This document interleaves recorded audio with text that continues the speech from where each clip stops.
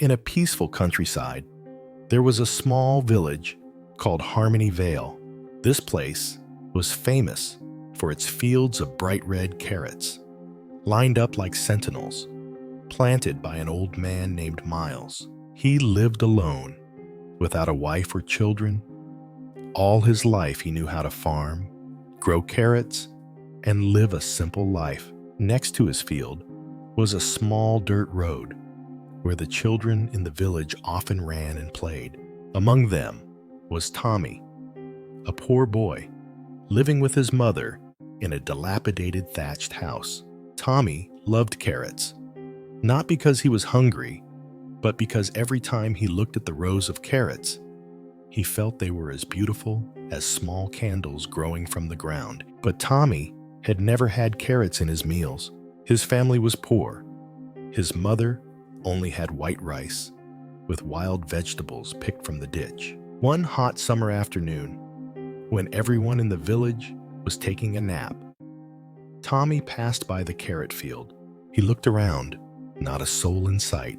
The row of bright red carrots, with lush green leaves, swaying as if beckoning. Hunger and curiosity surrounded him. He thought, just one. Uncle Man has thousands of carrots no one will notice. Tommy walked quickly into the middle of the field, pulled out a small carrot, brushed it off, and hid it in his shirt.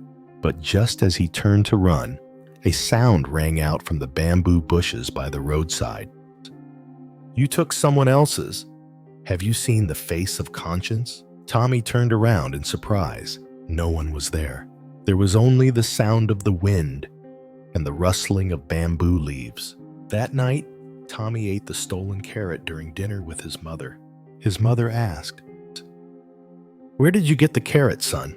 Tommy lowered his head and stammered, "I picked it up on the street." But just as he was about to take the first bite, the window suddenly slammed open with a bang because of the wind. For a split second, Tommy looked up and saw a face in the glass. Not clear, just a misty blur. But the eyes were staring at him, sad and disappointed. He threw down the carrot, breaking out in a cold sweat. He couldn't sleep that night. Every time he closed his eyes, the face appeared. No one else saw it, only Tommy. And from that day on, the face appeared everywhere. On the surface of the well water, on the mirror, in his dreams. Tommy had never had carrots in his meals. His family was poor. He looked around, not a soul in sight. The row of bright red carrots, with lush green leaves, swaying as if beckoning. Hunger and curiosity surrounded him. He thought, just one.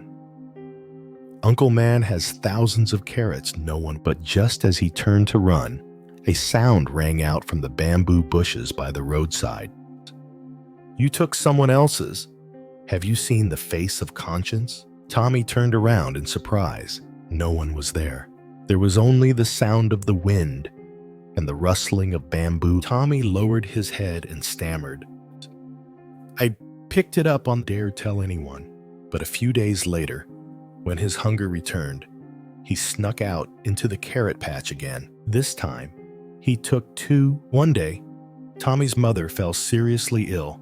The family had... Tommy didn't dare tell anyone. But a few days later, when his hunger returned, he snuck out into the carrot patch again. This time, he took two. But as soon as he stepped out of the row of trees, the face appeared again, in the sky, on the trembling leaves, on his own shadow. "Why did you think no one saw?" The voice echoed in his head. Tommy cried. He threw the carrots on the ground and ran home. That night, the face didn't blame him anymore. It was just silent. And it was that silence that made Tommy feel emptier than ever. One day, Tommy's mother fell seriously ill. The family had no money, so Tommy decided to steal some carrots to buy medicine. But this time, he didn't sneak out. He went to Mr. Miles' house and knocked on the door. Mr. Miles opened the door and saw the skinny boy, his face downcast, his hands shaking. I've stolen carrots from you several times, but today, my mother is seriously ill. I beg you to give me some. I will work and pay later." Mr. Miles was silent after a while. He smiled gently. "I know. You know. Do you think no one can see those little footprints? But I won't say anything because I want to wait until you say it yourself." Tommy burst into tears. He knelt down and apologized. From that day on, Tommy started working in the carrot field every afternoon after school, watering, weeding, carrying fertilizer. Under the guidance of Mr. Man, he learned how to plant each seed, fertilize each row of soil. He cherished each carrot he planted himself more than candy. And gradually, the face of his conscience no longer appeared in the mirror. Instead, it was his own face, radiant and peaceful. A year later, the carrot season came. The field was larger, more lush. Uncle Man was old and weak, so he left almost all of his fields to Tommy to take care of mullets. The whole village praised Tommy. He was no longer the poor kid who stole things, but the best carrot boy in the village. On the final day of the school year, Tommy stood on the podium to receive his certificate of merit. In his eyes, there was no longer any shame, only self-respect. When he returned home, he looked up at the glass door. There was no face, only his own smiling face.